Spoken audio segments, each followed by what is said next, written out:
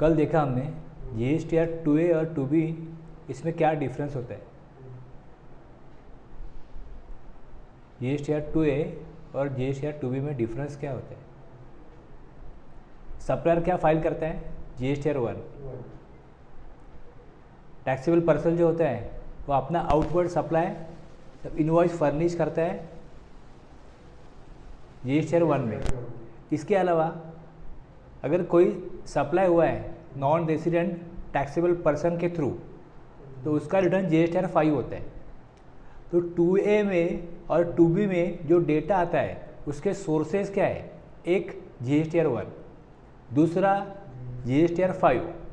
अगर किसी का रजिस्ट्रेशन किया होगा एज अ ISD, जिनकी ब्रांचेस है उनको ISD से अगर कोई इनपुट ट्रांसफ़र हुआ तो वो GSTR 6 फाइल करता है, तो उससे वो डेटा 2A में आ जाता है, 2B में आ जाता है, दोनों में आ जाता है। वो GSTR 7 फाइल होता है TDS डिडक्ट किया तो। जो गवर्नमेंट की एजेंसीज होती है, गवर्नमेंट होते हैं, वो क्या करते हैं, GSTR 7 में TDS डिडक्ट करते हैं। ये 2B में अवेलेबल नहीं होगा, ये 2B में नहीं आता। दूसरा TCS है, इलेक्ट्रॉनिक कॉमर्स ऑपरेटर के थ्रू सप्लाई किया, तो वो टैक्स उसका भी वो काम है कि आप डिडक्ट करो। तो उसने कितना डिडक्ट किया वो आ जाएगा 2A में, लेकिन 2B में नहीं आएगा।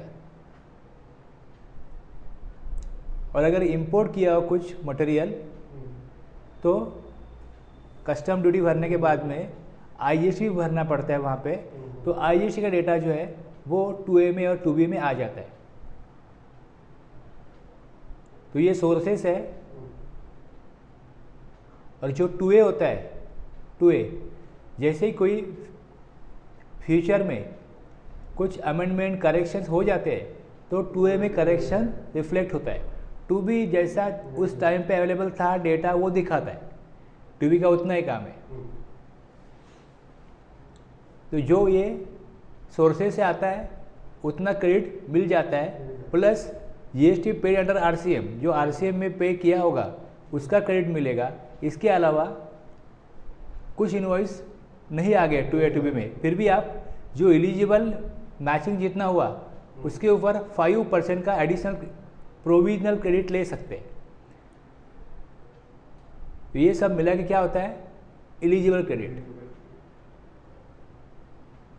कैपिटल गुड्स का क्रेडिट होता है, इनपुट्स का क्रेडिट होता है और इनपुट सर्विसेज का भी क्रेडिट होता है।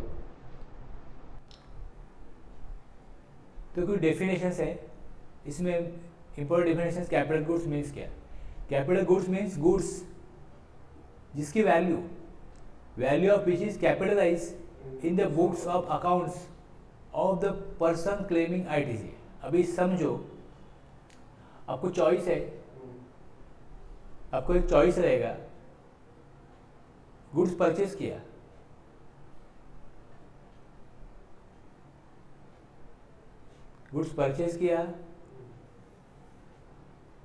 जिसका कॉस्ट है 1 लाख रुपीज़, जिसके ऊपर GST आ गया 18,000 रुपीज़। तो इसमें बैलेंस शीट में 1 लाख दिखाएगा असेट साइड, और ये 18,000 चला जाएगा ड्यूटीज एंड टैक्सेस में। अगर सपोज आपको चॉइस है, ये पूरा जो अमाउंट है, ये पूरा अमाउंट अगर आपने 1,18,000 ही असेट में दिखा दिया तो आपको इनपुट टैक्स क्रेडिट नहीं मिलेगा। लेकिन ये 1,18,000 के ऊपर डिप्रिसिएशन क्लेम कर सकता है। जो पर्सन ये परचेस कर रहा है, इनवर्ट सप्लाई ले रहा है, वो पूरा 1,18,000 के ऊपर डिप्रिसिएशन क्लेम कर सकता है। अगर उसने 18,000 का अगर इसमें इनपुट टैक्स क्रेडिट क्लेम किया तो 1 लाख रुपीज़ का असेट में वैल्यू आएगा और 1 लाख रुपीज़ के ऊपर ही वो डिप्रिसिएशन क्लेम कर सकता है। ऐसा जरूरी नहीं है कि आपको इनपुट टैक्स क्रेडिट लेना ही पड़ेगा, चॉइस है। आइदर इनपुट टैक्स क्रेडिट लो या उसको कॉस्ट में ऐड करो, असेट के कॉस्ट में ऐड करो और पूरे अमाउंट पे डिप्रिसिएशन क्लेम करो। तो ये इंपॉर्टेंट वर्ड है कि value of which is capitalise in the books of account of the person claiming ITC, उसने आईटीसी क्लेम किया हो। अब उसने आईटीसी क्लेम नहीं किया तो कैपिटल गुड्स नहीं है, तो वो कैपिटल गुड्स नहीं है। यूज और intended to be use in the course और furtherance of business. Input means any goods, input means any goods other than capital goods. जो कैपिटल गुड्स नहीं है वो इनपुट्स है। अगर जैसा लेते हैं वैसे ही बेचते हैं या उसको अपने काम में यूज करते हैं, वो इनपुट्स है। Any goods other than capital goods use और intended to be use by a supplier in the course और furtherance of business.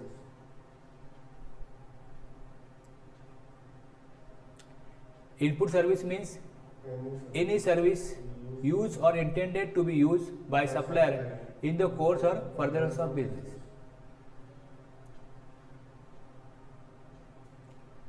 Input tax credit क्या होता है? Input tax credit means credit of input tax. और input tax क्या होता है? Input tax in relation to registered person. Registered person के लिए ही ये टर्म है। Means the central tax, integrated tax, union territory tax charged on any supply of goods or services or both made to him. उसको जो मिला है उसमें जो टैक्स दिया है उसने वो इनपुट टैक्स है। इन द आईजीएसटी चार्ज और इम्पोर्ट ऑफ गुड्स, और इंक्लूड क्या क्या होगा, ये भी इंक्लूड होगा। जो रिवर्स चार्ज में पे किया 9(3) और 9(4) में वो भी आ जाएगा। जो आईजीएसटी पे किया रिवर्स चार्ज में वो भी आ जाएगा। ये state goods and service tax है और union territory goods and service tax है।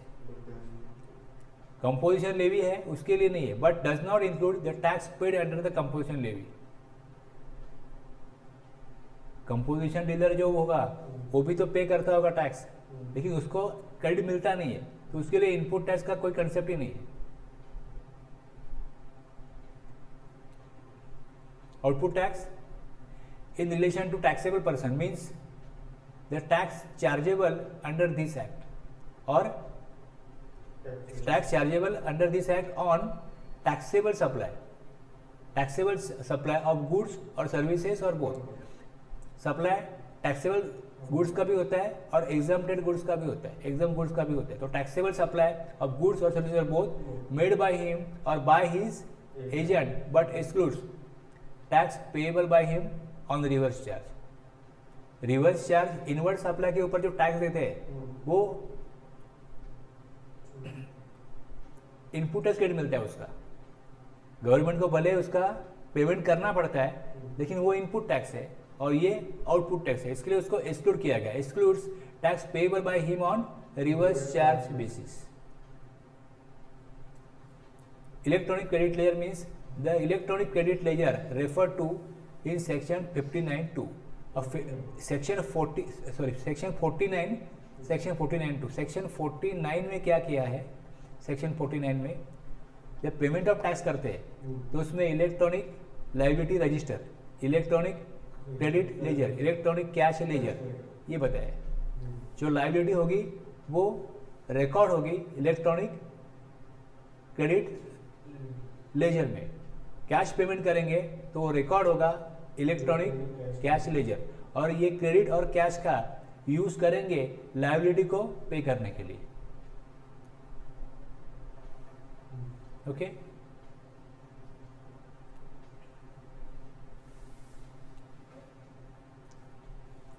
इनवर्ड सप्लाई किसे कहते हैं? Inward supply in relation to a person shall mean receipt of goods और सर्विसेज और both whether by purchase, acquisition और by any other means with और without consideration.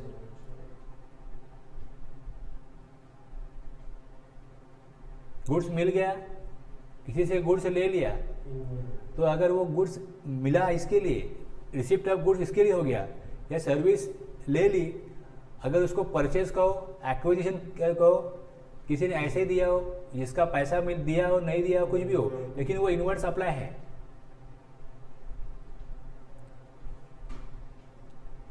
अब zero rate supply का कंसेप्ट भी आता है। जीरो रेट सप्लाई का डेफिनेशन है वो आईजीएसटी से आता है। आईजीएसटी में सेक्शन 16 सबसेक्शन 1 में आईजीएसटी एक्ट में जीरो रेटेड सप्लाई डिफाइन किया। Means any of the following supplies of goods और सर्विसेज और both, namely export of goods और सर्विसेज और बोथ, और सप्लाई ऑफ गुड्स और सर्विसेज और both to a special economic zone और a special economic zone unit. अगर देश के बाहर सप्लाई करते हैं तो गवर्नमेंट कोई टैक्स नहीं लेता। टैक्सेबल गुड्स है, रेट उसका नोटिफाइड है सपोज 12%, 18%, जो भी रेट नोटिफाई होगा, लेकिन गवर्नमेंट वो टैक्स कलेक्ट नहीं करती सप्लायर से।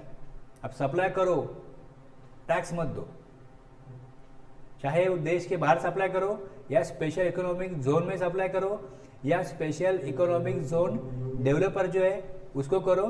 मतलब वो जो स्पेशल इकोनॉमिक जोन है वहाँ पे डेवलपर होगा, उसको डेवलप करने वाला, या वहाँ पे कोई यूनिट होगा, इन दोनों को अगर सप्लाई करेंगे तो उसके ऊपर टैक्स कलेक्ट नहीं करते, तो इसके लिए उसका टैक्स रेट जीरो का रखा गया, जीरो कहा गया उसको। लेकिन उसका पर्पज कुछ अलग है, उसका पर्पज अलग है। Nil rate, exempt, zero rate, ये तीनों में गवर्नमेंट टैक्स कलेक्ट नहीं करती।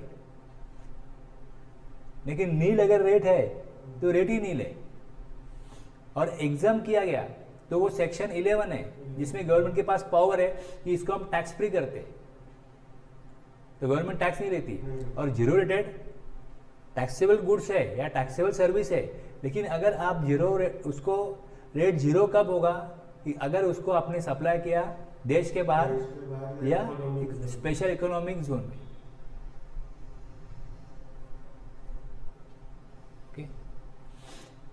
अगर जीरो रेट सप्लाई है, वहाँ पे कुछ सप्लाई किया और समझो आप एक्सपोर्ट ही करते हो, तो जो इनपुट मिलता है उसका इनपुट टैक्स क्रेडिट मिल जाता है। आप कुछ सप्लाई कर रहे हो, उसमें कोई टैक्स कलेक्ट ही नहीं कर रहे, टैक्स कुछ कलेक्ट ही नहीं कर रहे, तो जो इनवर्ट सप्लाई लेगा उसका रिफंड मिलेगा। समझो आपके पास 100% एक्सपोर्ट है, लेकिन एक्सपोर्ट करने के लिए, वो चीज बनाने के लिए आप कुछ इनवर्ट सप्लाई लेते हैं, इनपुट्स का, कैपिटल गुड्स का, सर्विसेज का, जो भी सप्लाई लिया, टैक्स तो देना पड़ेगा। अगर जो टैक्स दिया है उसका रिफंड क्लेम करो। तो जीरो रेट सप्लाई करते हैं तो रिफंड मिलेगा, लेकिन नील रेट सप्लाई करते हैं, एग्जाम सप्लाई करते हैं, तो जो इनपुट लिया होगा उसका, समझो आपके पास दो प्रोडक्ट है, आगे ये सब आने वाला है, दो प्रोडक्ट है, एक एग्जाम्प्टेड है या नील रेट है और दूसरा जो है वो टैक्सेबल है। तो टैक्सेबल रेट का जो गुड्स है उसको प्रोड्यूस करने के लिए, मैन्युफैक्चर करने के लिए, बनाने के लिए जो आपने इनवर्ट सप्लाई लिया होगा उसका ही क्रेडिट आप क्लेम कर सकते हैं। जो नील रेट वाला या एग्जाम सप्लाई वाला जो गुड्स है उसका चाहे कैपिटल गुड्स हो, उसका आप क्रेडिट क्लेम नहीं कर सकते, और उसका क्रेडिट दूसरे मटेरियल में भी क्लेम नहीं कर सकते। इसके लिए जीरो रेटेड डिफरेंट है और नील रेट या एग्जाम डिफरेंट है, ये समझ लो। जीरो रेट सप्लाई अलग है, या कोई ऐसा प्रोडक्ट है जिसके ऊपर जीएसटी कलेक्ट नहीं होता, उसके लिए आपने कोई इनवर्ट सप्लाई लिया हो, उसका भी क्रेडिट नहीं मिलता।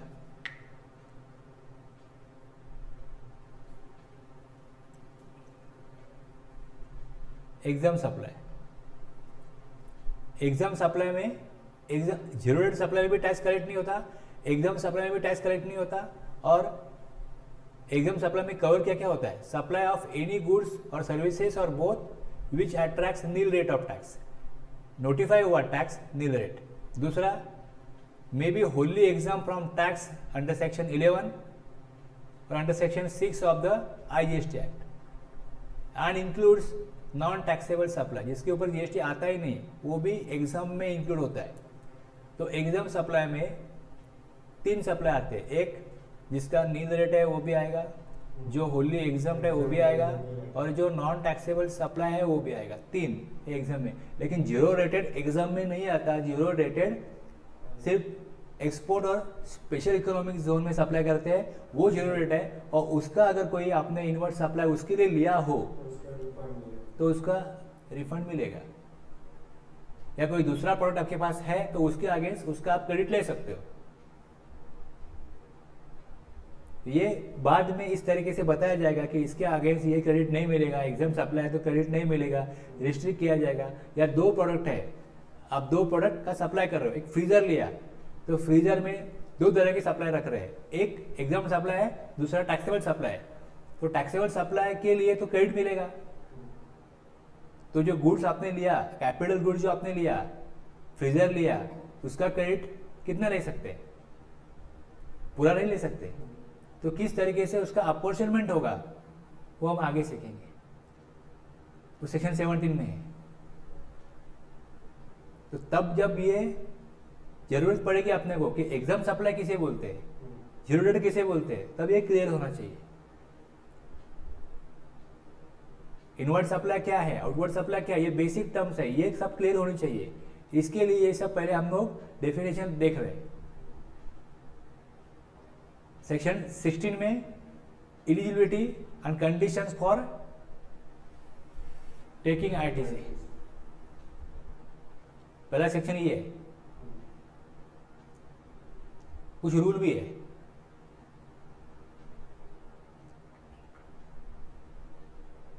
सेक्शन 16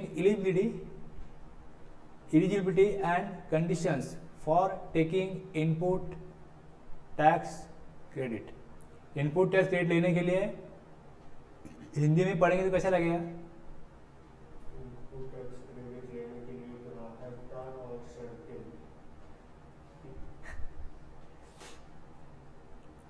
सेक्शन 1 है, 2 है।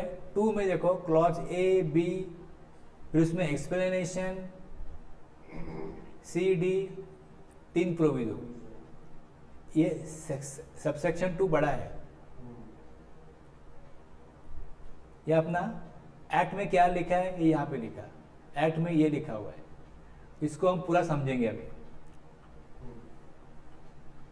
तो 4 सेक्शन है 16 में, सेक्शन 4 है। पहला सेक्शन जो है एलिजिबिलिटी क्या होनी चाहिए। अगर आईटीसी क्लेम करना है तो एलिजिबल, रजिस्टर्ड पर्सन एलिजिबल कब होगा आईटीसी क्लेम करने के लिए, और उसकी कुछ कंडीशंस भी होगी, वो सेक्शन 16 में बताई हुई है। Every registered person shall subject to such condition and restriction as may be prescribe. अब प्रिस्क्राइब किया तो रूल बना दिया, उसका रूल 36 है, उसमें बता दिया क्या कंडीशंस है, क्या रिस्ट्रिक्शंस है, and in manner specified in section 14 है। अब क्रेडिट आप लेते तो इनवर्ट सप्लाई कौन सा लिया होगा? इनवर्ट सप्लाई अगर इंट्रा स्टेट सप्लाई लिया हो तो CGST पे किया होगा, SGST पे किया होगा, और अगर इंटरस्टेट इनवर्ट सप्लाई लिया हो तो IGST पे किया होगा। अब जब पेमेंट करते हैं GST का, समझो लाइबिलिटी आपका 18,000 आ रहा है, 18,000 भर दिया, ऐसा नहीं होता, ऐसा नहीं होता। CGST का कितना लाइबिलिटी है? सपोज 12,000। SGST का कितना लाइबिलिटी है? 12,000। IGST का कितना लाइबिलिटी है? सपोज 5,000। इनवर्ट सप्लाई कुछ लिया होगा तो इनवर्ट सप्लाई कितना लिया? 15,000 लिया, SGST भी 15,000 लिया, और IGST कुछ नहीं। अब जब पेमेंट करेंगे तो 12,000 में CGST को पेमेंट होगा तो 3,000 बचेगा, और यहाँ पे भी 3,000 बचेगा। तो CGST का CGST से ही पेमेंट होगा, CGST का पेमेंट SGST में नहीं होगा, SGST का पेमेंट CGST में नहीं होगा। और अगर IGST है तो उसके लिए आप CGST यूज़ कर सकते हो, SGST भी यूज़ कर सकते हो। अब दोनों यूज़ करते हैं, तो ये 3000 में से अगर आप बोलोगे कि मैं 2500 ले लेता हूँ और इसमें से भी, तो हो जाएगा ना ऐसा। लेकिन सेक्शन 49 में अगर ऐसा कहा है कि अगर आप IGST पे करते हो तो पहले CGST पूरा यूटिलाइज कर लो, CGST पूरा यूटिलाइज कर लो। अगर बड़ा भाई पैसा रखता है तो वो अपना पैसा पूरा देगा, तो इसमें CGST का 3000 देना ही पड़ेगा। उसके बाद कम पड़ता है तो AGST देगा, तो AGST 2000 देगा। इस तरीके से ही आपको पेमेंट करना पड़ेगा। AGST में 1000 रह जाएगा। तो ये जो तरीका है, ये तरीका किस तरीके से पेमेंट होगा ये हम सेक्शन 49 देखेंगे, तभी उसमें डिटेल में देखेंगे। लेकिन ये अभी मैं इतना ही बता रहा हूँ ये लेवल पे, in the manner specified in section 49।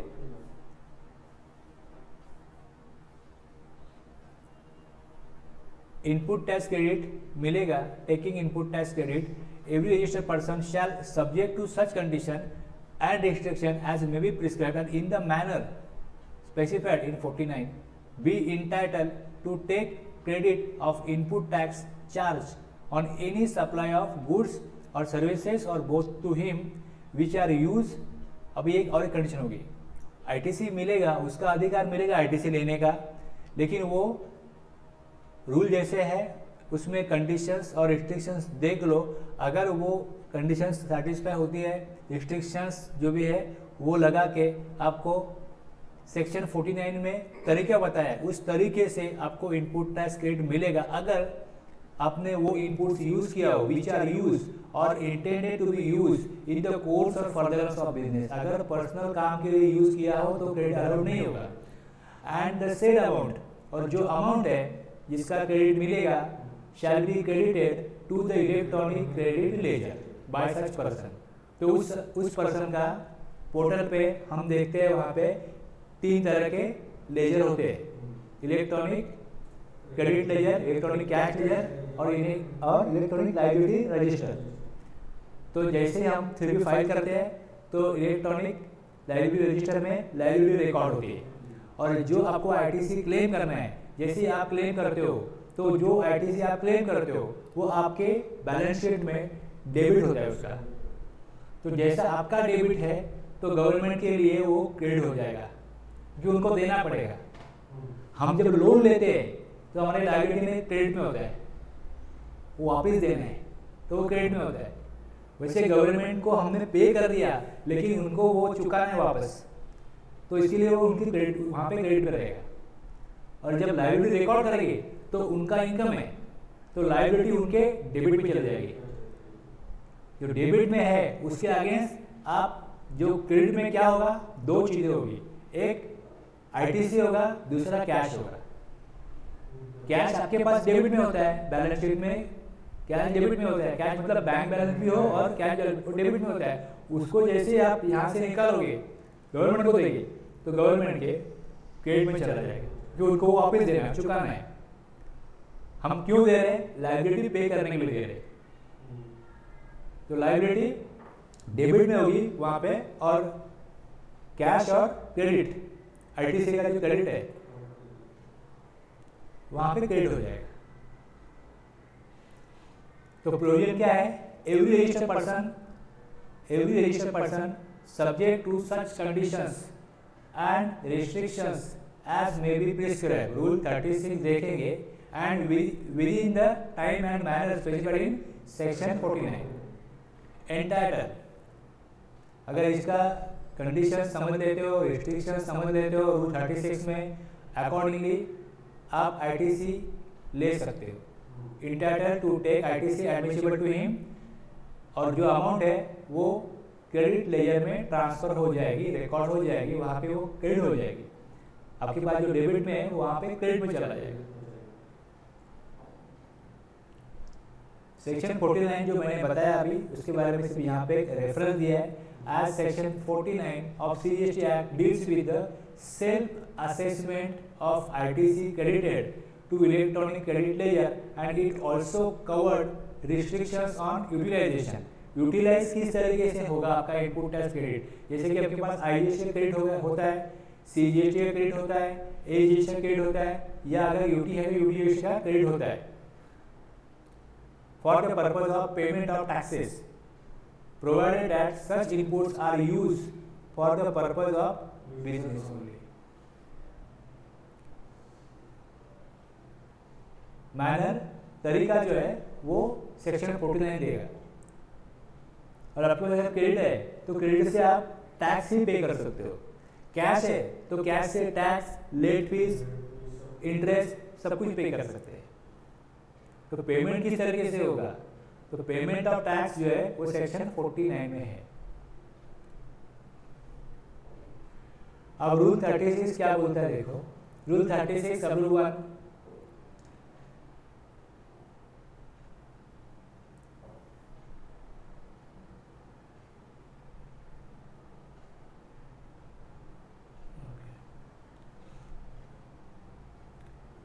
Rule 36 सब रूल 1 में डॉक्यूमेंट्री रिक्वायरमेंट है। कुछ डॉक्यूमेंट्री रिक्वायरमेंट, जब आपने इनवर्ट सप्लाई लिया तो आपको इनवॉइस मिला होगा। अब इनवर्ट जब आईटी से आता है तो अलग अलग सोर्सेज से आता है। अगर आईडी है तो आईडी से आएगा।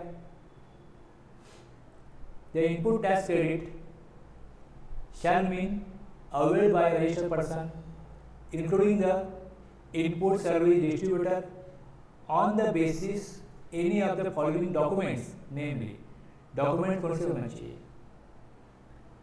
An invoice issued by the supplier of goods or services or both.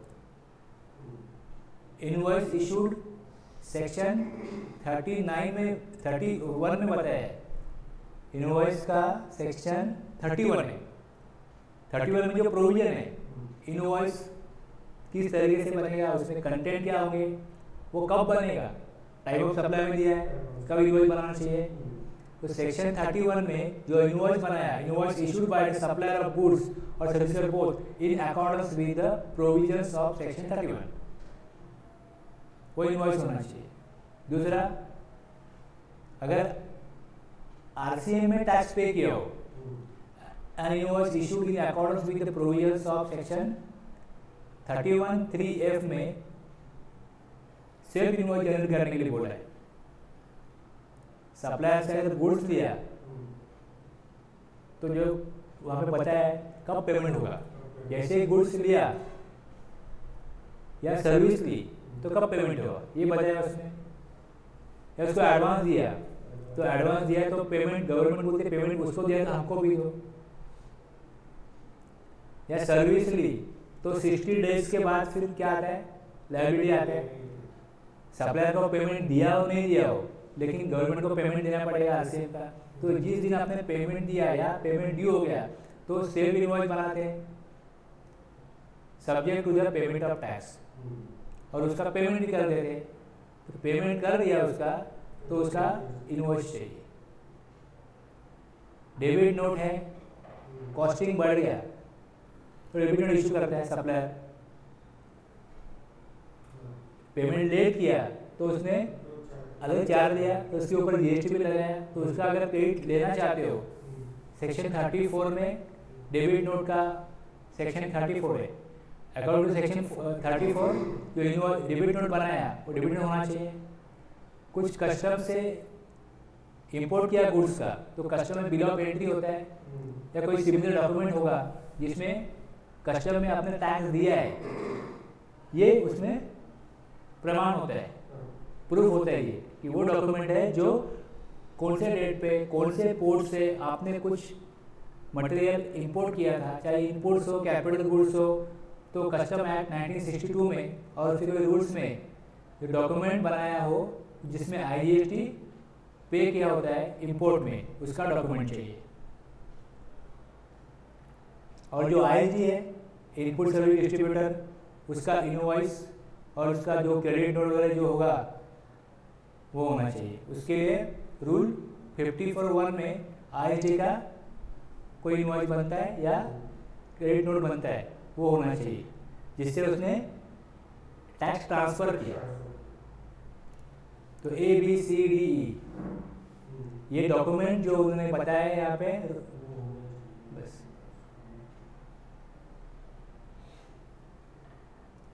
अब मैंने कल बताया ना, पहले GSTR 1 होता था, तो उसके बाद 2 भी होता था, फिर आपके 2A में जो आ गया उसमें आप एक्सेप्ट करोगे तो आपका 2 बन जाएगा, लेकिन उसमें कुछ बदलाव करेंगे, सप्लायर के लिए पूरा इनवॉइस नहीं आया तो इनवॉइस डालेंगे, तो अकॉर्डिंगली GSTR 2 बनेगा। अब GSTR 2 है नहीं, लेकिन ये प्रोविजन रूल बनाया था, GSTR 2 input tax credit shall be availed by registered person only if all the applicable particulars as specified in the provisions of chapter 6 are contained in the said document and the relevant information as contained in the said document is furnished in form 2 by such person। अब GSTR 2 हम furnish नहीं करते, इसको अभी deferred किया गया, इसको अभी डेफर्ड किया गया, स्थगित किया गया इसको, तो वो मैचिंग हो जाता था तो उतना क्रेडिट फाइनल हो जाता था।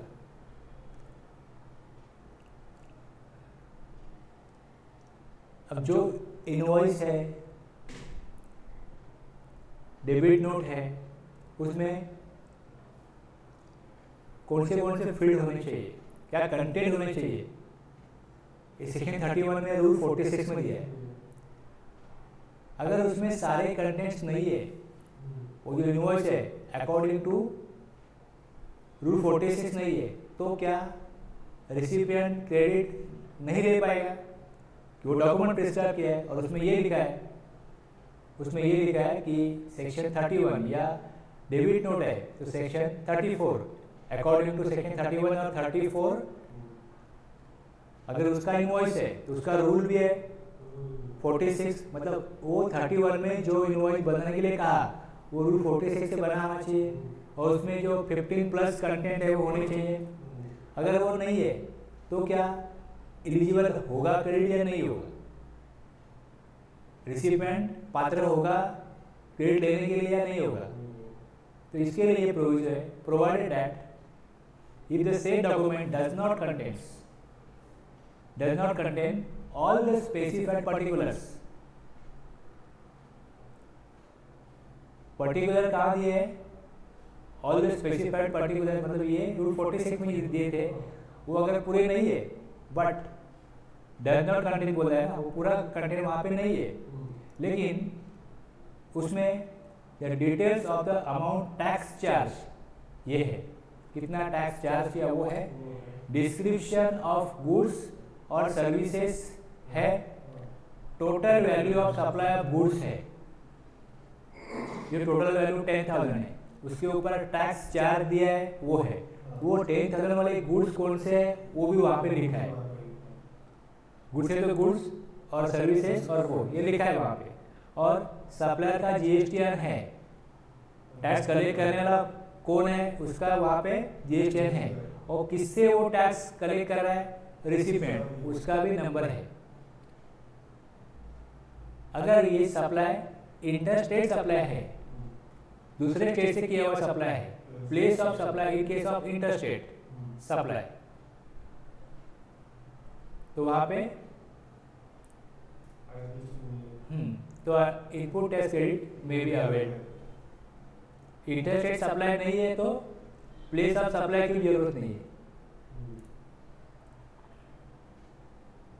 इंट्रा स्टेट सप्लाई तो GSTN सप्लायर का, GSTN रिसिपिएंट का, डिस्क्रिप्शन ऑफ गुड्स अमाउंट, हाँ total value of supply of goods और टैक्स, बस ये मिनिमम चीज़ें है, वो अगर है तो इनपुट टैक्स क्रेडिट मिलेगा, मतलब रिसिपिएंट का नुकसान नहीं होगा। अब एज पर रूल सप्लायर ने इनवॉइस नहीं बनाया तो उसने लॉ को वायलेट किया है, हमने तो टैक्स दिया था उसको, अगर रिसिपिएंट हमने पेमेंट कर दिया, गवर्नमेंट को पेमेंट मिली तो गवर्नमेंट आपको रोक नहीं लगाएगी कि आप क्रेडिट ले लो।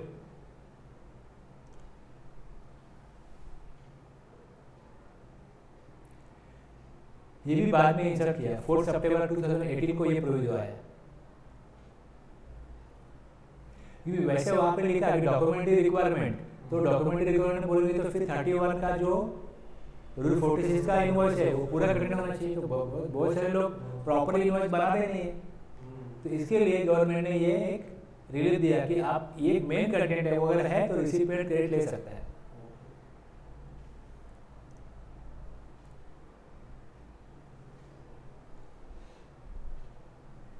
No input tax credit shall be availed by a registered person in respect of any tax that has been paid in pursuance of any order where any demand has been confirmed on account of any fraud, willful misstatement or suppression of fact.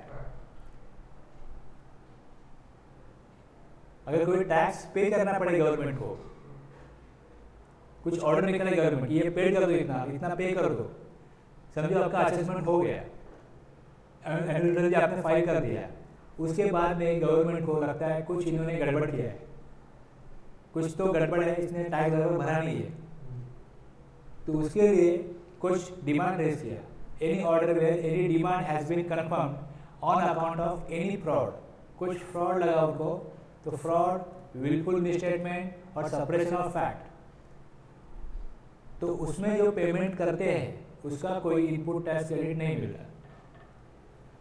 No input tax credit shall be availed by registered person in respect of any tax that has been paid. बस paid क्यों किया? Order निकाला कि आपने fraud किया, wilful misstatement किया, suppression of fact किया, आपने गलत टैक्स भरा था, गलत इनपुट लिया या लायबिलिटी गलत दिखाए, तो आपको हम ये ऑर्डर निकालते हैं और सेक्शन जो है फ्रॉड का वो लगा दिया. सेक्शन 73 में गलती से हो गया, सेक्शन 74 में फ्रॉड किया, तो फ्रॉड किया, सिचुएशन ऐसी है कि रिसिपिएंट को मानना ही पड़ेगा कि वो फ्रॉड है, तो उसने भर दिया पेमेंट, कर दिया पेमेंट, लेकिन उसका आईटीसी नहीं मिलता है. पिछले साल आया सर्विस टैक्स का 2016 का नोटिस निकाला, कितना 1 रुपए का डिफरेंस था, वो 40 रुपए भरने लगा. सिर्फ 1 रुपए का डिफरेंस था, तो जो राउंड अप में हमने कब भरा चेक करके. नहीं वो फ्रॉड नहीं है, लेकिन फ्रॉड की बात, हाँ भरना तो पड़ा था सर. अब ये सेक्शन 16 देख रहे हैं हम, उसमें इम्पोर्टेंट ये रूल बन गया था. सेक्शन 16 रूल 36(4), रूल 36(4) ये क्या कहता है, यहाँ पे पहले जो इनपुट टैक्स क्रेडिट हम क्लेम करते हैं तब मैचिंग करते हैं. अब सेक्शन जीएसटी एक्ट 2 नहीं है तो 2A में मैचिंग करते हैं, तो 2A में 11 तक सप्लायर अगर जीएसटी 1 फाइल करता है तो 11 तक जितना इनवॉइस अपलोड कर दिया, या अगर आईएफएफ में है तो 13 तक जितना उसने इनवॉइस फर्निश कर दिया, उसका आप देखो कितना क्रेडिट आता है. आपका जितना इनवॉइस में जितना क्रेडिट है वो पूरा 100% आ गया तो ओके, कोई प्रॉब्लम नहीं है. लेकिन कुछ इनवॉइस फर्निश नहीं किए सप्लायर ने, तो जितना इनवॉइस फर्निश किया, input tax credit to be availed by registered person in respect of invoices और debit note the details of which have not been furnished by the supplier under section 37(1) shall not exceed, पहले 20% था, फिर 10 किया, अब 5, अभी उसको भी निकाल रहे. ये 9 अक्टूबर को गवर्नमेंट ने नोटिफिकेशन निकाला, पहले 2019 में 9 अक्टूबर को, कि अभी अक्टूबर, नवंबर, दिसंबर जो आप क्रेडिट क्लेम करोगे तो प्रोविजनल आईटीसी कुछ नहीं मिलेगा, प्रोविजनल आईटीसी पूरा नहीं मिलेगा, उसमें 20% ही प्रोविजनल आईटीसी मिलेगा. जितना मैचिंग हुआ, कुछ अनमैच भी है, जितना मैचिंग हुआ उसके ऊपर 20% एडिशनली आपको क्रेडिट मिलेगा.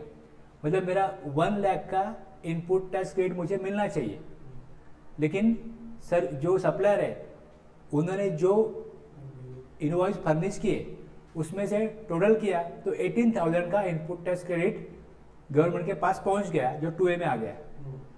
तो उसके ऊपर 20% आप प्रोविजनल बेसिस पे ले सकते हो. मतलब कितना हो गया, 80,000 प्लस 20%, 96,000, तो 4,000 भरना पड़ेगा. बाद में इसको चेंज करके 1 जनवरी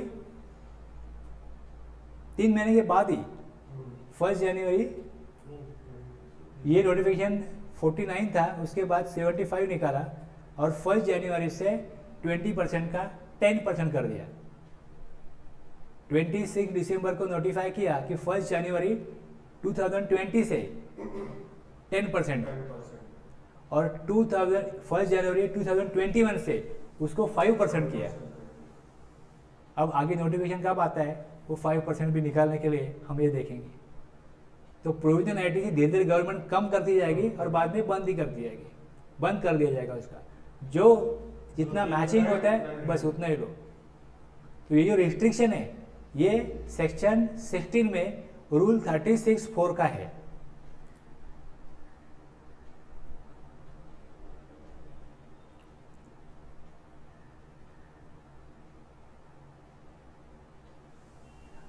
अब ये जो रिस्ट्रिक्शन लगाया गया बराबर है, इसमें जरूरी था कि सिचुएशन नॉर्मल है तो बिजनेस नॉर्मली होगा और कंप्लायंसेस टाइमली हो सकते हैं। लेकिन ये 2019 में कोविड में क्या हो गया, इसके बाद में प्रॉब्लम हो गया। तो जैसे गवर्नमेंट ने 20% का 10% कर दिया, जनवरी फरवरी मार्च चला गया, मार्च के बाद में अप्रैल मई जून सब बंद हो गया। तो अप्रैल मई जून जब बंद हो गया तो मार्च में एंड में कुछ लोगों का रिटर्न फाइलिंग हुआ नहीं। तो गवर्नमेंट ने क्या बोला था, तब की बात है, अभी कुछ इसका रिलेवेंस नहीं है। फरवरी मार्च अप्रैल मैं इसके लिए बोल रहा हूँ कि समझो आपका एनुअल रिटर्न जो आपने फाइल किया हो, अगर आप देखने जाओगे या पिछला रिकॉर्ड देखने जाओगे तो फरवरी में ये रूल फॉलो नहीं हुआ होगा। फरवरी मार्च अप्रैल मई जून जुलाई अगस्त इसमें इसको फॉलो नहीं कर सकते थे क्योंकि सब लोग घर से काम कर रहे थे। तो आगे पीछे हो जाएगा, इनवॉइस ऑफिस में होगा, आप घर पे होंगे तो कठिनाई होगी, कैसे देखो क्या करूं आईटीसी के लिए। और वर्ड सप्लाई कितना किया है, चलो जो मिल गया वो डाल दिया। अब सब पूरा हिसाब करने के लिए उतना उनके पास सफिशिएंट स्टाफ नहीं है कॉम्प्लायंस बिजनेस करने वालों के पास। तो जैसे भी पॉसिबल था गवर्नमेंट ने बोला आप पूरा रिटर्न्स भर दो, और जब सितंबर का रिटर्न फाइल करोगे सितंबर का तो सबका मिला के कितना प्रोविजनल आईटीसी बनता है उतना ही क्लेम कर लो, बाकी का बाजू में रखो। शैल अप्लाई क्यूमुलेटिवली, ये सारे महीने का क्यूमुलेटिवली आप सितंबर में देख लो और सबका एक साथ क्यूमुलेटिव एडजस्टमेंट कर दो। इनपुट टैक्स क्रेडिट जितना प्रोविजनल आईटीसी है वो ले लो, फरवरी मार्च अप्रैल मई जून जुलाई अगस्त तक का पूरा ले लो और सितंबर में एडजस्टमेंट करो। ये 2020 में हुआ, और जैसे 2021 आ गया उसमें भी वही प्रॉब्लम हुआ। अप्रैल मई में लॉकडाउन हुआ तो अप्रैल मई जून का 3 महीने का गवर्नमेंट ने फिर वैसा नोटिफिकेशन निकाला। नोटिफिकेशन नंबर पहले 2 महीने के लिए दिया था रिलीफ, फिर उसके बाद तीसरा महीना में रिलीफ कर दिया अप्रैल मई और जून। क्यूमुलेटिव एडजस्टमेंट करने के लिए अलाउड कर दिया अप्रैल मई का जून में। अब जून के बाद आगे अभी रूल एप्लीकेबल है और मंथ में ही एडजस्टमेंट करना पड़ता है। तो 2 बार इसमें दिक्कत आई थी।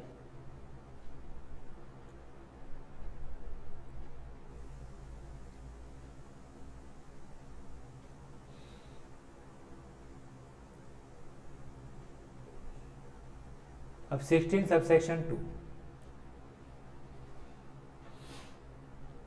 अब इसमें देखो ए है बी है, फिर उसमें 1 2 बी में हाँ दो पॉइंट है, सी डी है और फिर 3 प्रोविज है।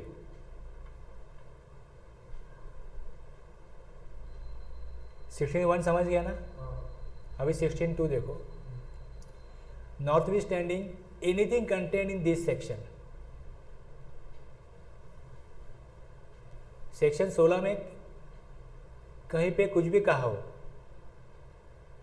जैसे हम अभी समझ चुके हैं, आपको क्लियर हो गया, लेकिन अब ये जो बोलेगा वो अगर उससे आपको मेल नहीं करता हो तो वो छोड़ के इसको सुनना है। ये बोल रहा है वो करना है। अगर कॉन्फ्लिक्ट हो रहा है तो पहले से ही, या आगे भी कुछ बताएंगे उससे कॉन्फ्लिक्ट होगा तो ये पहले देखो इसने क्या बोला। अगर कॉन्फ्लिक्ट नहीं है तो फिर जो बोल रहा है वो कर सकते हो। ये सेक्शन ये बोलता है notwithstanding anything containing this section, मतलब सेक्शन 16 में 16 में 1 में क्या है वो आप समझ चुके हो, आगे 3 4 भी आने वाले, लेकिन ये फर्स्ट प्रेफरेंस इस सेक्शन को है। No registered person shall be entitle to the credit of any input tax in respect of any supply of goods or services or both to him unless he is in possession of tax invoice or debit note issued by supplier register under CGST Act or such other tax paying document as may be prescribed। जो rule 36 में जो document बताया है, अगर वो उसके पास नहीं है तो वो क्रेडिट नहीं लेने का अधिकारी नहीं है वो। No registered person shall be entitled to take credit of any input tax in respect of any supply of goods or services or both। तो उसके पास जरूरी है कि उसके पास टैक्स इनवॉइस या डेबिट नोट या जो प्रिस्क्राइब किया हुआ डॉक्यूमेंट है वो होना चाहिए उसके पास। देखो रूल में तो है वहाँ पे, ओके, रूल में तो है, लेकिन यहाँ पे जो प्रिस्क्राइब किया हुआ डॉक्यूमेंट होनी चाहिए, ये सेक्शन ही बता रहा है। लोग क्या बोलते हैं कि सेक्शन मेन है, अगर सेक्शन अलाउ करता है तो ये रूल बनता है, रूल सेक्शन से बड़ा नहीं होता। तो सेक्शन स्पेसिफिकली बोल रहा है कि डॉक्यूमेंट नहीं है तो आपको क्रेडिट अलाउड नहीं होगा। He is a position of tax invoice, तो टैक्स इनवॉइस और डेबिट नोट ये तो सेक्शन 31 और सेक्शन 34 से आते हैं, और बाकी जो अदर डॉक्यूमेंट है वो दूसरे रूल से आते हैं। तो सेक्शन 2 में तो पता है कि 2 डॉक्यूमेंट तो आने ही वाले हैं, तो उसने खुद बोल दिया कि टैक्स इनवॉइस और डेबिट नोट नहीं है तो क्रेडिट अलाउड नहीं होगा, ये यहाँ पे क्लियर कर दिया। अब आपके पास इनवॉइस है, आपके पास इनवॉइस है, चाहे गुड्स का हो, चाहे सर्विसेज का हो, चाहे गुड्स का है, चाहे बोथ दोनों का हो। आपने लिया है कोई इनवर्ट सप्लाई, गुड्स का, इनपुट का, कैपिटल गुड्स का, सर्विसेज का, ठीक है। लेकिन लोग क्या करते हैं, इनवॉइस खरीदते हैं, माल नहीं खरीदते। तो इसमें स्पेसिफिकली ये कहा है कि ही हैज रिसीव्ड, दूसरा द गुड्स और सर्विसेज और बोथ, वो रिसीव्ड होना चाहिए। इनवॉइस तो है आपके पास, 31 सेक्शन वाला इनवॉइस तो है आपके पास, लेकिन गुड्स लिया है क्या आपने? अब बोलोगे गुड्स तो अगले महीने आएगा, गुड्स आना चाहिए। गुड्स रिसीव करने के बाद आईटीसी लो।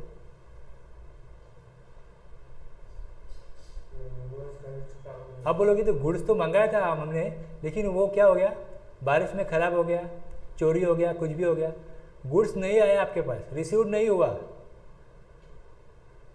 तो आईटीसी नहीं मिलेगा।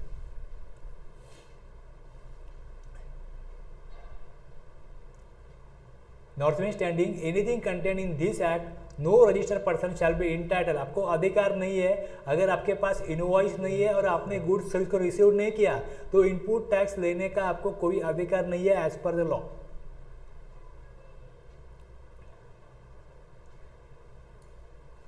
अभी इसका एक एक्सप्लेनेशन देखो, अभी explanation for the purposes of this clause, ये जो क्लॉज है अभी बी क्लॉज, उसमें क्या है, it shall be deemed that the registered person has received the goods और as the case may be services.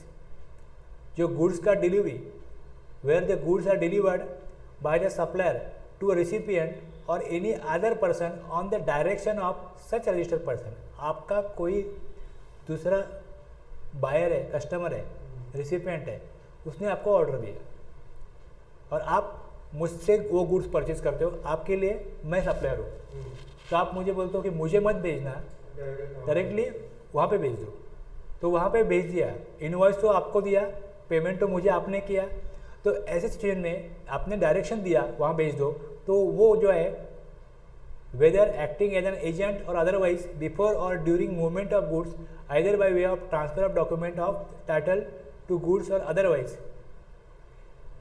तो उसको वो मिल गया कुछ भी कारण से, डायरेक्शन दिया, तो वो गुड्स आपने रिसीव किया है ऐसा माना जाएगा। ये गुड्स के लिए भी एप्लीकेबल है सर्विसेज के लिए भी एप्लीकेबल है, where the services are provided by the supplier to any person on the direction of and on account of such registered person.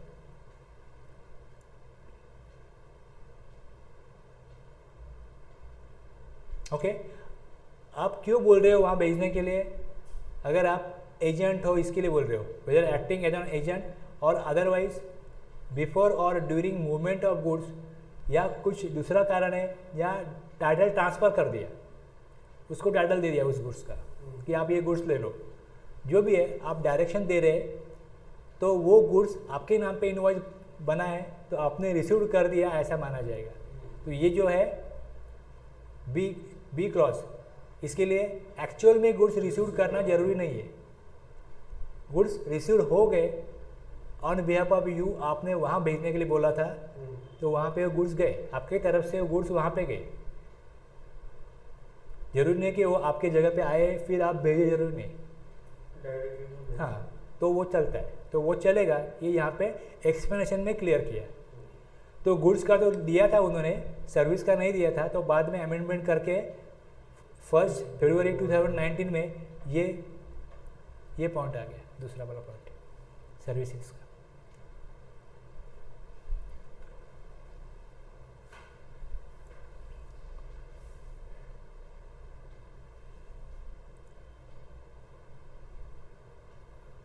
अब सी में क्या दिया? Subject to the provisions of section 41 में claim of ITC on provisional basis है, और section 43A the tax charge in respect of such supply has been actually paid by the government either in cash और through utilisation of input tax credit admissible in respect of the said supply.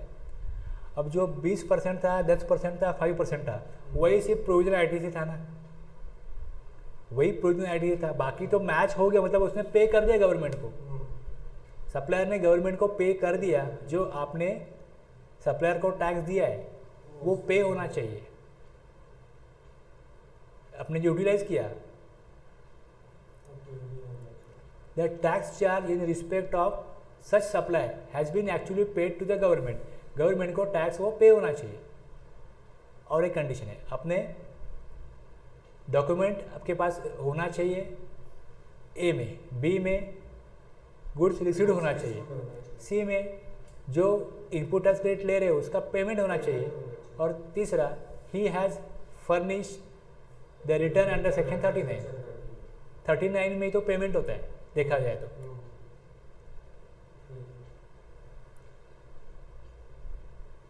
बस goods received करो, उसका invoice होना चाहिए, tax का payment होना चाहिए और रिटर्न होना चाहिए। ये 4 कंडीशन है। ये अगर 4 कंडीशन फुलफिल होती है तो इनपुट टैक्स क्रेडिट बिंदास ले लो।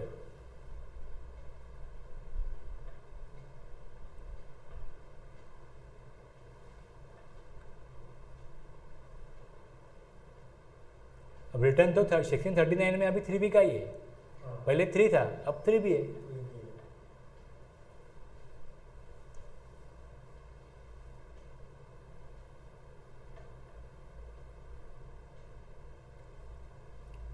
अब प्रोविज़ो है ना, प्रोविज़ो, अब प्रोविज़ो में कुछ उन्होंने और चीज़ें दी है। प्रोविज़ो में क्या होता है, कुछ एक्सेप्शन होता है। प्रोविज़ो में गुड्स परचेज किया आपने, इनवॉइस है आपके पास, गुड्स लॉट्स में आते हैं, पूरे गुड्स एक साथ नहीं आते। पहला एक ट्रक आ गया, उसमें कुछ गुड्स आ गए। समझो आपने सीमेंट का 1000 पैकेट्स मंगाया, उसका इनवॉइस तो पूरा 1000 का ही आएगा। तो अब 30 सितंबर को आपको 500 पैकेट मिल गए, और 2 तारीख को अक्टूबर को और 500 मिल जाएंगे। तो ये 1000 का इनवॉइस बनेगा, वो बन गया। समझो कब बनाना चाहिए इसका इनवॉइस, जब वो डिलीवरी सेंड कर रहा है सप्लायर, उसके पहले इनवॉइस बना सकता है। तो उसने 28 को डिलीवरी कर दिया था, आपके इधर पहुँचते पहुँचते उसको टाइम लगा, तो 28 सितंबर का इनवॉइस है। तो इसका क्रेडिट आप 28 सितंबर मतलब सितंबर के महीने में लोगे या अक्टूबर के महीने में लोगे। आधा तो माल आ गया सितंबर के डेट में, आधा माल आ गया अक्टूबर में, तो इसका क्रेडिट कब मिलेगा? इनवॉइस डेट पर सितंबर। Provided that where the goods against an invoice are received, lots or installment, the registered person, आप जो registered person है, shall be entitled, आपको अधिकार मिलेगा इनपुट टैक्स क्रेडिट लेने का, take credit upon receipt of last lots और instalment. समझ में आ गया? आपको लग रहा है इनवॉइस मिल गया,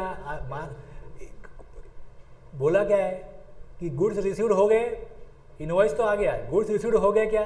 आप बोलते हो आधे हुए। आपको तो कॉमन सेंस ला के आप ये बोल सकते हो आधा तो गुड्स आया ना, तो आधे का तो आधे का नहीं, पूरे गुड्स आने चाहिए। पूरे गुड्स आने के बाद में जो इनवॉइस में जो टैक्स है उसका क्रेडिट तभी मिलेगा। गुड्स पूरा रिसीव कब हुआ? अक्टूबर में, तो अक्टूबर में ही आपको अधिकार मिलेगा आईटीसी देने का, सितंबर में नहीं मिलेगा।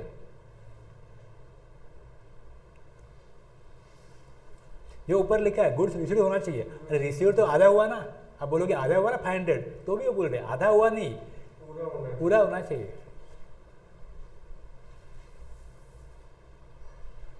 ये लॉजिक है आपका कि अरे आधा हुआ तो आधे का गुड्स, आधे का क्रेडिट दे दो, ऐसा नहीं है। इसके लिए प्रोविजन दिया, ऊपर जो दिया है उसको नीचे कुछ क्लियरिटी आती है उससे। गुड्स रिसीव्ड हो गए लेकिन लॉट्स में हो गए, इंस्टॉलमेंट में हो गए, इससे अच्छा है जो जितना पहुंच रहा है उतने का अलग इनवॉइस बना के लो, तो उतने का तो मिल जाएगा। 500 पहुंच गई तो 500 का मिल जाएगा, 500 का अगले महीने दूसरा इनवॉइस बना दो, उसका मिल जाएगा। लेकिन अगर वो 2 ट्रक उसने भेजे और एक ट्रक बीच में कुछ उसको प्रॉब्लम आ गया, रिपेयर करने में 1-2 दिन चले गए, तो वो अगले महीने आ गया। एक 30 को आया, एक फर्स्ट को आया, लेकिन जो फर्स्ट को आ गया उसका आपको अक्टूबर में ही क्रेडिट लेना पड़ेगा पूरे इनवॉइस का। ये प्रोविजन में ये बताया हुआ है। अब यहाँ पे तो गुड्स की बात है, अब सर्विस के लिए इनपुट थोड़ा ये देखो, अभी इनपुट्स और capital goods received in instalment, ये फर्स्ट प्रोविजन है section 16(2) of CGST act, where the goods against an invoice are received in lots और instalment, the registered taxable person shall be entitled to the credit upon receipt of the last lots और instalment. ये तो ठीक है। Input tax credit on actual maintenance contract, sorry annual maintenance contract. अब annual maintenance contract लिया, समझो AC का है या ऐसा कुछ भी है, तो 3 महीने के बाद में वो क्या करेंगे? सर्विस करेंगे, लेकिन पेमेंट तो आपको पहले ही देना पड़ेगा, जब एग्रीमेंट होगा तब पेमेंट करना पड़ेगा। In case of annual maintenance charges, maintenance services not received. यहाँ तो बात गुड्स की है, सर्विस की कोई बात नहीं है, तब सर्विस के लिए क्या एप्लीकेबल होगा? ऊपर जो लिखा है गुड्स सर्विसेज पूरी रिसीव होनी चाहिए, फिर प्रोविजन में लिखा अगर इंस्टॉलमेंट में गुड्स ले रहे हो तो जो लास्ट इंस्टॉलमेंट जब होगा तभी क्या होगा? क्रेडिट इंटाइटल तभी होगी। लेकिन सर्विस के लिए कुछ लिखा नहीं है, लेकिन क्वेरी तो आएगी ना, लोग सोचेंगे ऊपर क्या लिखा है, ऐसा नहीं बोला गुड्स के लिए, गुड्स सर्विस और बोथ लिखा है। तो अब एनुअल मेंटेनेंस कॉन्ट्रैक्ट तो होते रहते हैं सर्विस के लिए, तो not received on the date of invoice and payment made thereof. समझो 100% पेमेंट कर दिया, समझो आपका क्वार्टरली पेमेंट है, क्वार्टरली सर्विस है तो अलग बात है। आपको बोलेंगे अगर आपको क्वार्टरली सर्विस चाहिए तो हम 5000 रुपीज़ क्वार्टरली चार्ज करेंगे, और अगर आप इकट्ठा पेमेंट करते हो तो आपको 15,000 में एनुअल मेंटेनेंस कॉन्ट्रैक्ट का पेमेंट होगा, 15,000 में आप साल के लिए सर्विस लो। तब बोलोगे यार 5,000 बच रहा है, तो दे देते, 15,000 तो दे दिया आपने। There are different views. तो ऐसे केस में जो मार्केट में क्वेरी आ गई, कोई क्वेरी आती है यार ऐसे ऐसे लिखा है, हम दोनों डिस्कस कर रहे हैं कि ऐसे ऐसे लिखा है, अब क्या करेंगे? सर्विस का एनुअल मेंटेनेंस कॉन्ट्रैक्ट का पेमेंट तो हो गया अपना, अब इसका क्रेडिट मिलेगा क्या? तो अपन 4 लोगों को और पूछते हैं कि अरे ऐसा ऐसा होता है तो आप क्या करते हो? तो 2 लोग बोलते हैं अरे नहीं वहाँ तो लिखा है, अगर पूरा गुड्स या सर्विस का रिसीव्ड हो गया तो फिर क्रेडिट मिलेगा। आपने पेमेंट तो कर दिया, इनवॉइस बना दिया, लेकिन वो रिसीव नहीं किया ना, तो जब आप लास्ट एनुअल मेंटेनेंस कॉन्ट्रैक्ट का जो आपका लास्ट जो अटेम्प्ट है वो सर्विस का जब आने वाला है, वो होने के बाद ही आपको क्रेडिट मिलेगा, क्योंकि वैसा सेक्शन में लिखा है। कुछ लोगों का दूसरा व्यू था, some are of the opinion that ITC cannot be availed as the conditions under section 16(2), that is receipt of services, is not fulfilled. Others are of the view that input tax credit can be availed as receipt of invoice, and making payment against maintenance contract provides a right to service. जैसे उसने एक agreement किया, उसको अधिकार मिल गया, service देना ही पड़ेगा, service ये लेकर रहेगा, कैसा एग्रीमेंट है। There is no condition given in the act that act for consumption of the services. अगर वहाँ पे दिया नहीं है उन्होंने उसके लिए, तो जैसे एग्रीमेंट हो गया, उसको अधिकार मिल गया, तो उसको आईटीसी भी मिलना चाहिए। और आईटीसी अगर वो उसने पे कर दिया है तो गवर्नमेंट को वो टैक्स भी मिल गया है, तो फिर रोक क्यों लगा रहे हो इसको, तो लेना चाहिए आईटीसी। वो एग्रीमेंट करके पेमेंट कर दिया, उसका इनवॉइस आ गया, तो ये सर्विस रिसीव्ड आगे होगा, लेकिन वो होगा ये कंफर्म है, ये कंफर्म है, तो इसके लिए उसको आईटीसी लेना चाहिए। तो ITC can be availed on payment of AMC. तो ये दो ओपिनियन है। टैक्स गुरु में ये आर्टिकल आया था, ये मैंने टैक्स गुरु से यहाँ पे डाला हुआ है। तो ऐसे ऐसे कुछ हम पढ़ते तो क्या होता है, थोड़ा अपना नॉलेज है ना, थोड़ा बढ़ता है नॉलेज, तो वो ऐसा कुछ पढ़ना चाहिए। ये सेक्शन है कि यहाँ पे ये क्लियर नहीं किया, गुड्स का क्लियर किया है, ऊपर लिखा है गुड्स के बारे में।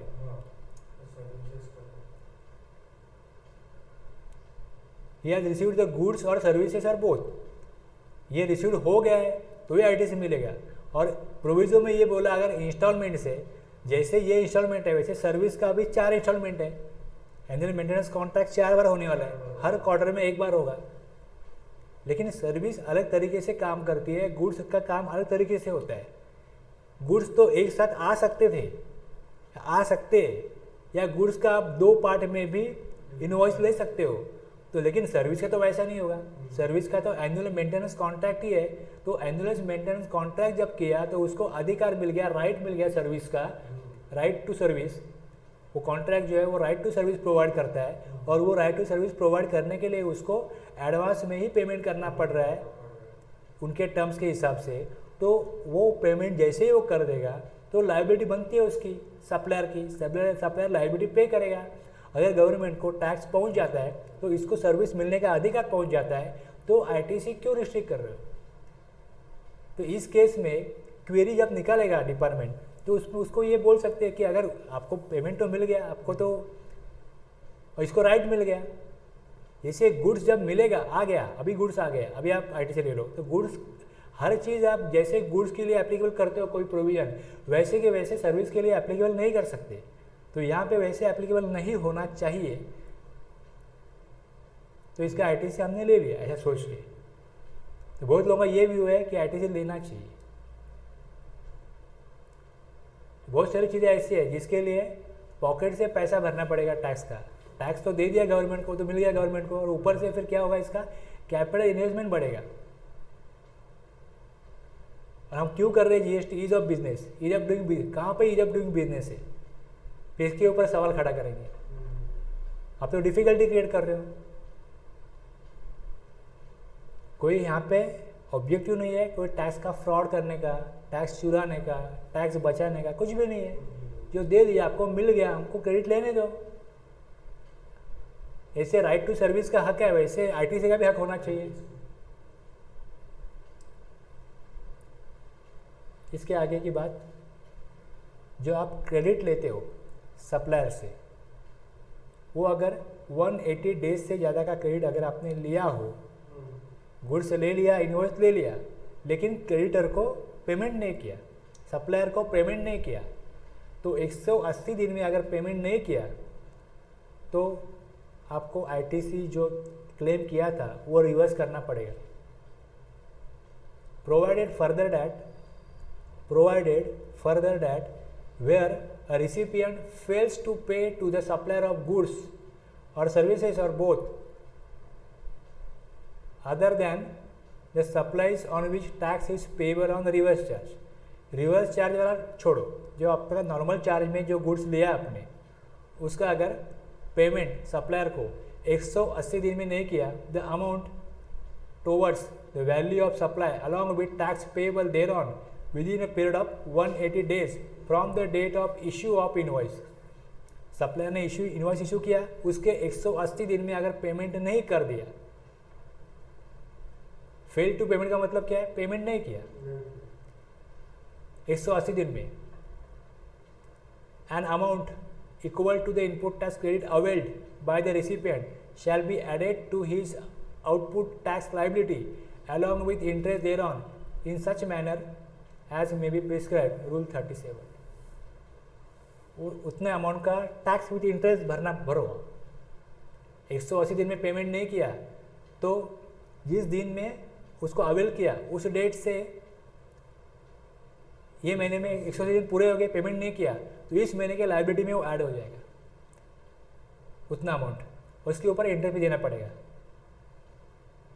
और सप्लायर को जब पेमेंट करेगा recipient, provided also that the recipient shall be entitled to avail of the credit of input tax on payment made by him of the amount towards the value of supply of goods or services or both along with tax payable thereon।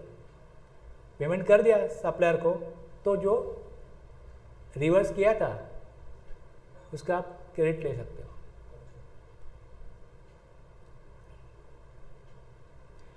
Provided also that the recipient shall be entitled to avail of the credit of input tax on payment made by him। जो ऊपर payment नहीं दिया ना, इसके लिए tax भरना पड़ा, तो उसका पेमेंट का सप्लायर को रिसिपिएंट ने कर दिया।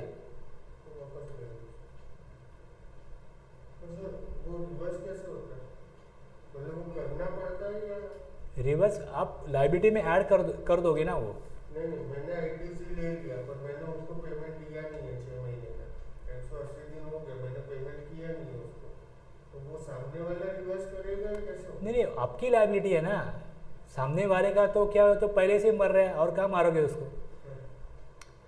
देखो, आपने उसको बोला ये मुझे सप्लाई दो, कुछ कारणवश आपने उसको पेमेंट नहीं किया, कुछ आपने कैपिटल गुड्स लिया, उसका कुछ आधा पेमेंट किया, आधा पेमेंट बाद में करने वाले थे, लेकिन मशीन कुछ ख़राब हो गया और आप बोल रहे हो रिप्लेस करके दो, वो बोलता है रिपेयर करके दूंगा, रिपेयर करके दिया, फिर कुछ प्रॉब्लम हुआ तो आपने उसको आधा पेमेंट नहीं किया, तो आधे का तो क्रेडिट आपका बन जाता है। जो रिमेनिंग अमाउंट है उसका आपने पेमेंट नहीं किया तो आपने इनपुट टैक्स क्रेडिट ले लिया था, जब मशीन आ गई थी, इंस्टॉल हो गई थी, ले लिया था, लेकिन पेमेंट भी करने वाले 3 मंथ्स में एडवांस दे दिया था, आधा एडवांस 3 महीने के बाद, बाकी पेमेंट रिमेनिंग पेमेंट 3 मंथ्स के बाद देने वाले थे, लेकिन कुछ प्रॉब्लम आ गया, आपने पेमेंट नहीं दिया।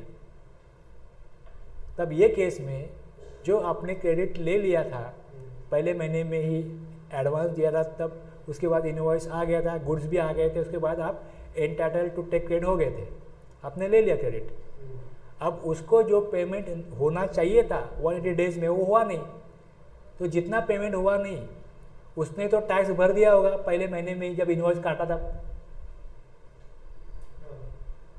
तो उसकी तो कोई गलती नहीं है, उसका वो तो पूरा टैक्स भर चुका गवर्नमेंट को, लेकिन आप उसको पेमेंट नहीं कर रहे हो पूरा पूरा, तो आपके लिए रिसिपिएंट के लिए ये प्रोविजन है। रिसिपिएंट पूरा आईटीसी नहीं ले सकता क्योंकि उसने सप्लायर को 180 डेज में पेमेंट नहीं किया। तो गवर्नमेंट इससे ऐसा लगता है कि एक जो क्रेडिट लिमिट है उसको रिस्ट्रिक्ट करना चाहती है कि 180 दिन में सप्लायर को पेमेंट मिले, इसके लिए ये प्रोविजन है, इसके लिए ये प्रावधान बनाया कि आपने उसको पेमेंट नहीं किया ना तो उसको हम इनडायरेक्टली हेल्प कर रहे हैं, आपको आपका आईटीसी जो रिवर्स करना पड़ेगा आपको, उसको पेमेंट नहीं किया तो गवर्नमेंट को पता चलेगा तो ये बात है, कौन इसका पालन कौन करता होगा? सप्लायर को जो नहीं पूछ रहे वो गवर्नमेंट को कहाँ पूछेंगे। लेकिन गवर्नमेंट ने बनाया, अगर समझो ये ऑडिट हो गया, कुछ भी हो गया, बड़ी कंपनी है, तो फिर उनके लिए फिर वो डिफ़िकल्टीज खड़े कर सकते हैं, ये ऐसा प्रोविजन बना के।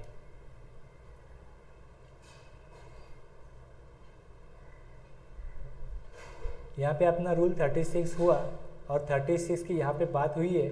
Okay, thereon in such manner as may be prescribe rule 37। तो 37 में किस तरीके से होता है देखेंगे, ठीक है, कल देखते ही है। जो रिवर्स करना पड़ेगा ना, तो रिवर्सल का प्रोविजन है, reversal of input tax credit in case of non payment of consideration. तो रूल 37 से आप क्या करो, उसको गवर्नमेंट को पे करो जो आईटीसी लिया था आपने, जितना नहीं, उसको कितना पेमेंट नहीं किया, आधा पेमेंट उसको किया। समझो 10 लाख का मशीन है, तो 10 लाख के मशीन के ऊपर आपका 1,80,000 का इनपुट टैक्स आपने क्रेडिट कर लिया, लेकिन उसको 5 लाख का ही पेमेंट किया। तो 5 लाख के ऊपर जितना वो है 90,000 का आपको, आप एलिजिबल हो गए 90,000 के लिए, लेकिन बाकी 90,000 180 डेज में सप्लायर को पेमेंट नहीं किया, इसके लिए आपको रिवर्स करना पड़ेगा। तो रिवर्स करने का जो तरीका है, जो रूल है, वो 37 में है, 37 में, along with interest in such manner. तरीका कैसे होगा, किस तरीके से होगा, वो रूल में 37 रूल में बताया हुआ है। 180 डेज में अगर सप्लायर को पेमेंट नहीं किया रिसिपिएंट ने, तो रिसिपिएंट को जितना पेमेंट नहीं किया उतने के ऊपर जितना इनपुट टैक्स क्रेडिट उसने लिया है, उतना इनपुट टैक्स क्रेडिट का उतना अमाउंट रिवर्स करना पड़ेगा विथ इंटरेस्ट। और उसका तरीका, मैनर, ये रूल 37 में बताया हुआ है।